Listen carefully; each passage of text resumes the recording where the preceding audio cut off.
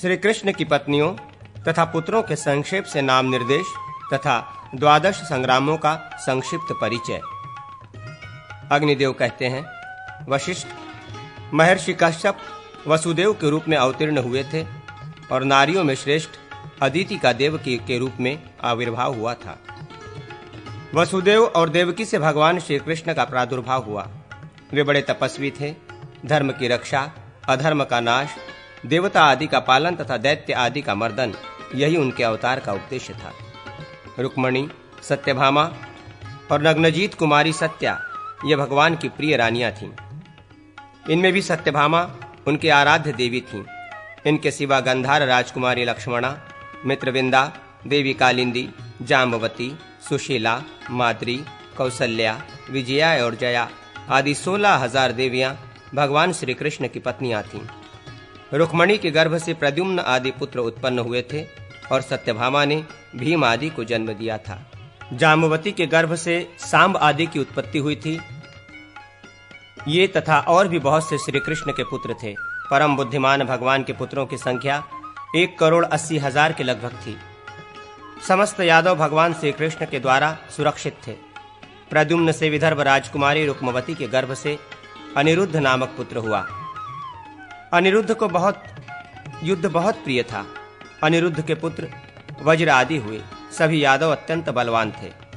यादवों की संख्या कुल मिलाकर 3 करोड़ थी। उस समय 60 लाख दानव मनुष्य योनि में उत्पन्न हुए थे, जो लोगों को कष्ट पहुंचा रहे थे। उन्हीं का विनाश करने के लिए भगवान का अवतार हुआ था। धर्म मर्यादा की रक्षा के लिए ही भगवान श्री हरि मनुष्य रूप में प्रकट होते हैं। देवता और असुरों में अपने दाएं भाग के लिए 12 संग्राम हुए हैं। उनमें पहला नारसिंह और दूसरा वामन नाम वाला युद्ध है। तीसरा वाराह संग्राम और चौथा अमृत मंथन नामक युद्ध है।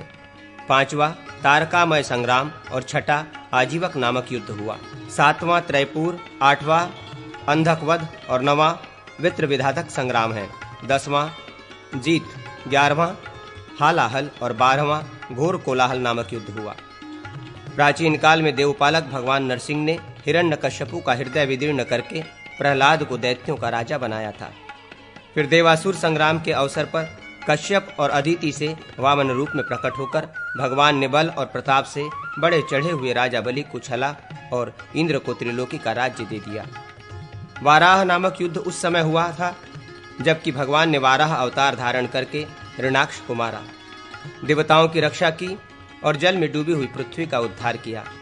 उस समय देवाधिदेवों ने भगवान की स्तुति की। एक बार देवता और असुरों ने मिलकर मंदराचल को मथानी और नागराज वासुकी को नेति बंधन की रस्सी बना समुद्र को मथकर अमृत निकाला, किंतु भगवान ने वो सारा अमृत देवताओं को ही पिला दिया। उस समय देवताओं और दैत्यों में घोर युद्ध हुआ था। तारकामय संग्राम के अवसर पर भगवान ब्रह्मा ने इंद्र, बृहस्पति, देवताओं तथा दानवों को युद्ध से रोककर देवताओं की रक्षा की और सोमवंश को स्थापित किया। आजीवक युद्ध में विश्वामित्र, वशिष्ठ और अत्रि आदि ऋषियों ने राग द्वेषादि दानवों का निवारण करके देवताओं का पालन किया। पृथ्वी रूपी रथ में वेद रूपी घोड़े जोतकर भगवान शंकर उस पर बैठे और त्रिपुर का नाश करने के लिए चले। उस समय देवताओं के रक्षक और दैत्यों का विनाश करने वाले भगवान श्री हरि ने शंकर जी को शरण दी और बाण बनकर स्वयं ही त्रिपुर का दाह किया। गौरी का अपहरण करने की इच्छा से अंधकासुर ने रुद्रदेव को बहुत कष्ट पहुंचाया। ये जानकर रेवती में अनुराग रखने वाले श्री हरि ने उस असुर का विनाश किया। यही 8वां संग्राम है। देवताओं और असुरों के युद्ध में वृत्त का नाश करने के लिए भगवान विष्णु जल के फेन होकर इंद्र के वज्र में लग गए। इस प्रकार उन्होंने देवराज इंद्र और देवधर्म का पालन करने वाले देवताओं को संकट से बचाया। जीत नामक 10वां संग्राम वो है जबकि भगवान श्री हरि ने परशुराम अवतार धारण कर शाल्व आदि दानवों पर विजय पाई और दुष्ट क्षत्रियों का विनाश करके देवता आदि की रक्षा की। 11वें संग्राम के समय मधुसूदन ने हालाहल विष के रूप में प्रकट हुए दैत्य का शंकर जी के द्वारा नाश कराकर देवताओं का भय दूर किया। देवासुर संग्राम में जो कोलाहल नामक दैत्य था, उसको परास्त करके भगवान विष्णु ने धर्मपालन पूर्वक संपूर्ण देवताओं की रक्षा की। राजा, राजकुमार, मुनि और देवता सभी भगवान के स्वरूप हैं। मैंने यहाँ जिनको बतलाया और जिनका नाम नहीं लिया, वे सभी श्री हरि के ही अवतार हैं।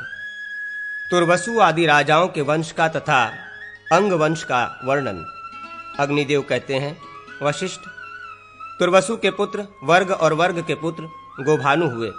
गोभानु से त्रैशानी, त्रैशानी से करंधम और करंधम से मरुत का जन्म हुआ। उनके पुत्र दुष्यंत हुए। दुष्यंत से वरुथ और वरुथ से गांडीर की उत्पत्ति हुई। गांडीर से गांधार हुए। गांधार के 5 पुत्र हुए, जिनके नाम पर गंधार, केरल, चोल, पांड्य और कोल इन 5 देशों की प्रसिद्धि हुई। ये सभी महान बलवान थे। दुयु से ब्रभुसेतु और ब्रभुसेतु से पुरोवसु का जन्म हुआ। उनसे गांधार नामक पुत्रों की उत्पत्ति हुई। गांधारों ने धर्म को जन्म दिया और धर्म से धृत उत्पन्न हुए। धृत से विदुष और विदुष से प्रचेता हुए। प्रचेता के 100 पुत्र हुए, जिनमें अनडु, सुभानु, चाक्षुष और परमेशु ये प्रधान थे। सुभानु से कालानल और कालानल से सृंजय उत्पन्न हुए। सृंजय के पुरंजय और पुरंजय के पुत्र जन्मेजय थे। जन्मेजय के पुत्र महाशाल और उनके पुत्र महामना हुए। ब्रह्मन महामना से उशिनर का जन्म हुआ और महामना की नृगा नाम वाली पत्नी के गर्भ से राजा नृग का जन्म हुआ।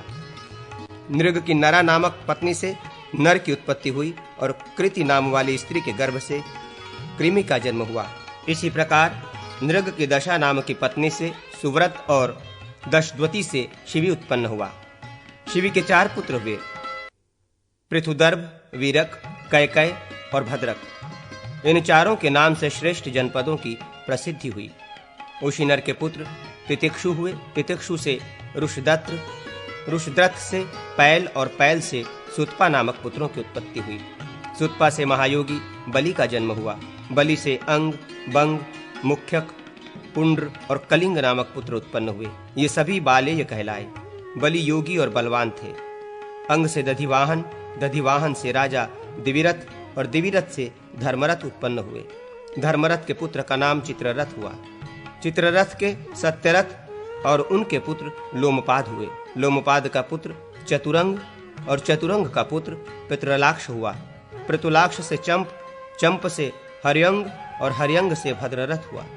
भद्ररथ के पुत्र का नाम बृहत्कर्मा था। बृहत्कर्मा से बृहद्भानु, बृहद्भानु से बृहात्मनवान, उनसे जयद्रथ और जयद्रथ से बृहदत्त की उत्पत्ति हुई। बृहदत्त से विश्वजीत और विश्वजीत का पुत्र कर्ण हुआ। कर्ण का वृषसेन और वृषसेन का पुत्र पृथुसेन था। ये अंग वंश में उत्पन्न राजा बतलाए गए। अब मुझसे पुरुवंश का वर्णन सुनो। पुरुवंश का वर्णन अग्निदेव कहते हैं, वशिष्ठ, पुरु से जन्मजय हुए। जन्मजय से प्राचीवान नामक पुत्र उत्पन्न हुआ। प्राचीवान से मनस्यु और मनस्यु से राजा वीतमय का जन्म हुआ। वीतमय से शुंधु हुआ। शुंधु से बहुविध नामक पुत्र की उत्पत्ति हुई। बहुविध से संयाति और संयाति का पुत्र रहोवादी हुआ। रहोवादी के पुत्र का नाम भद्रवाक्ष था। भद्रवाक्ष के 10 पुत्र हुए, ऋचेयु, कृषेयु, संतयु, धृतेयु, चितेयु, स्थिलेंडियु, धर्मेयु, सनंतेयु दूसरा, कृतियु और मतिमार। मतिमार के तंसुरोध, प्रतिरथ और पुरस्त ये 3 पुत्र हुए। प्रतिरथ से कण्व और कण्व से मेघातिथि का जन्म हुआ। तंसुरोध से 4 पुत्र उत्पन्न हुए, दुष्यंत, प्रवीरक, सुमंत और वीरवर अयन। दुष्यंत से भरत का जन्म हुआ। भरत शकुंतला के महाबली पुत्र थे। राजा भरत के नाम पर उनके वंशज क्षत्रिय भारत कहलाते हैं। भरत के पुत्र अपनी माताओं के क्रोध से नष्ट हो गए। तब राजा के यज्ञ करने पर मरुदगणों ने बृहस्पति के पुत्र भरद्वाज को ले आकर उन्हें पुत्र रूप से अर्पण किया। भरतवंश विथत हो रहा था। ऐसे समय में भरद्वाज आए अतः वे विथत नाम से प्रसिद्ध हुए। विथत ने 5 पुत्र उत्पन्न किए, जिनके नाम ये हैं, सुहोत्र, सुहोता, गय, गर्भ तथा कपिल। इनके सिवा उनसे महात्मा और सुकेतु ये 2 पुत्र और उत्पन्न हुए। तत्पश्चात उन्होंने कौशिक और गृहस्पति को भी जन्म दिया। गृहस्पति के अनेक पुत्र हुए, उनमें ब्राह्मण, क्षत्रिय, वैश्य सभी थे। काश और दीर्घतमा भी उन्हीं के पुत्र थे। दीर्घतमा के धन्वंतरी हुए और धन्वंतरी का पुत्र केतुमान हुआ। केतुमान से हिमरथ का जन्म हुआ, जो दिवोदास के नाम से भी प्रसिद्ध है। दिवोदास से प्रतर्दन और प्रतर्दन से भर्ग और वत्स नामक 2 पुत्र हुए। वत्स से अनर्क और अनर्क से शेमक की उत्पत्ति हुई। शेमक के वर्ष केतु और वर्ष केतु के पुत्र विभु बतलाए गए हैं। विभु से आर्नत और सुकुमार नामक पुत्र उत्पन्न हुए। सुकुमार से सत्यकेतु का जन्म हुआ। राजा वत्स से वत्सभूमि नामक पुत्र की भी उत्पत्ति हुई। विथत कुमार सुहोत्र से वृहत पुत्र उत्पन्न हुआ। वृहत के 3 पुत्र हुए, अजमीढ़, द्विमीढ़ और पराक्रमी पुरुमीढ़। अजमीढ़ की केशनी नाम वाली पत्नी के गर्भ से प्रतापी जहू का जन्म हुआ। जहू से अजकाक्ष की उत्पत्ति हुई और अजकाक्ष का पुत्र बलाकाक्ष हुआ। बलाकाक्ष के पुत्र का नाम कुशिक हुआ। कुशिक से गाधी उत्पन्न हुए, जिन्होंने इंद्रत्व प्राप्त किया था। गाधी से सत्यवती नाम की कन्या और विश्वामित्र नामक पुत्र का जन्म हुआ। देवरात और कतिमुख आदि विश्वामित्र के पुत्र हुए। अजमीर से शुनहशेप और अष्टक नाम वाले अन्य पुत्रों की भी उत्पत्ति हुई। उनकी नलिनी नाम वाली पत्नी के गर्भ से एक और पुत्र हुआ, जिसका नाम शांति था। शांति से पुरुजाति, पुरुजाति से ब्रहकाक्ष और बहाकाक्ष से 5 राजा उत्पन्न हुए, जिनके नाम इस प्रकार हैं: मुकुल, सृंजय, राजा, वृहदिषु, यवनीर और कृमिल। ये पांचाल नाम से विख्यात हुए। मुकुल के वंशज मौकुल्य कहलाए। वे छात्र धर्म से युक्त ब्राह्मण हुए। मुकुल से चंचवाक्ष का जन्म हुआ और चंचवाक्ष से एक पुत्र और एक जुड़वी संतान पैदा हुई। पुत्र का नाम दिवोदास था और कन्या का अहिल्या।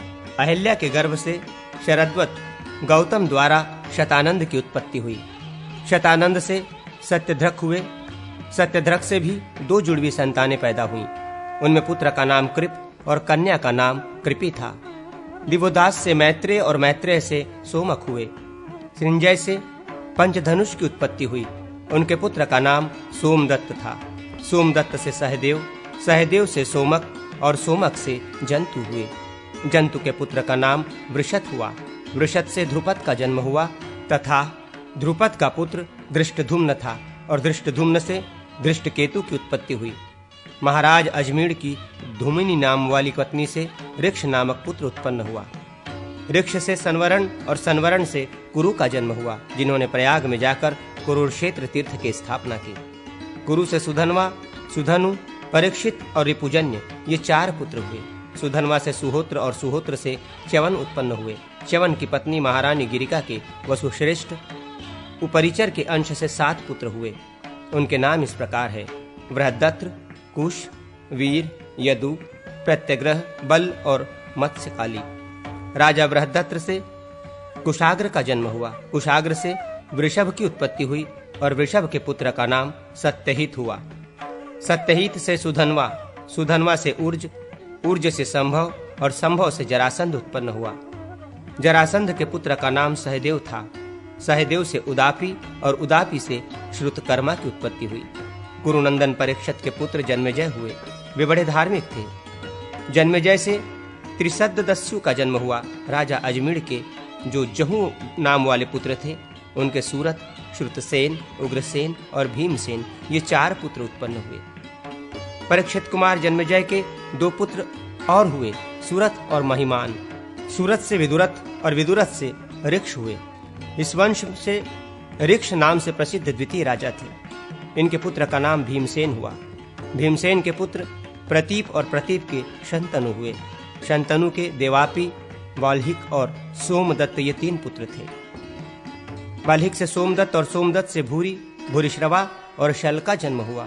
शंतनु से गंगा जी के गर्भ से भीष्म उत्पन्न हुए तथा उनकी काल्या सत्यवती नाम वाली पत्नी से विचित्र वीर्य की उत्पत्ति हुई। विचित्र वीर्य की पत्नी के गर्भ से श्री कृष्ण द्वैपायन ने धृतराष्ट्र, पांडु और विदुर को जन्म दिया। पांडु की रानी कुंती के गर्भ से युधिष्ठिर, भीम और अर्जुन ये 3 पुत्र उत्पन्न हुए तथा उनकी माद्री नाम वाली पत्नी से नकुल और सहदेव का जन्म हुआ। पांडु के ये 5 पुत्र देवताओं के अंश से प्रकट हुए थे। अर्जुन के पुत्र का नाम अभिमन्यु था। वे सुभद्रा के गर्भ से उत्पन्न हुए थे। अभिमन्यु से राजा परीक्षित का जन्म हुआ। द्रौपदी 5 पांडवों की पत्नी थी। उसके गर्भ से युधिष्ठिर से प्रतिविंध्य, भीमसेन से श्रुतसोम, अर्जुन से श्रुतकीर्ति, सहदेव से श्रुतशर्मा और नकुल से शतानिक की उत्पत्ति हुई। भीमसेन का एक दूसरा पुत्र भी था जो हिंडिबा के गर्भ से उत्पन्न हुआ था। उसका नाम था घटोत्कच। ये भूतकाल के राजा हैं। भविष्य में भी बहुत से राजा होंगे जिनकी कोई गणना नहीं हो सकती। सभी समयानुसार काल के गाल में चले जाते हैं। विप्रवर, काल भगवान विष्णु का ही स्वरूप है, अतः उन्हीं का पूजन करना चाहिए। उन्हीं के उपदेश में अग्नि में हवन करो, क्योंकि वे भगवान ही सब कुछ देने वाले हैं।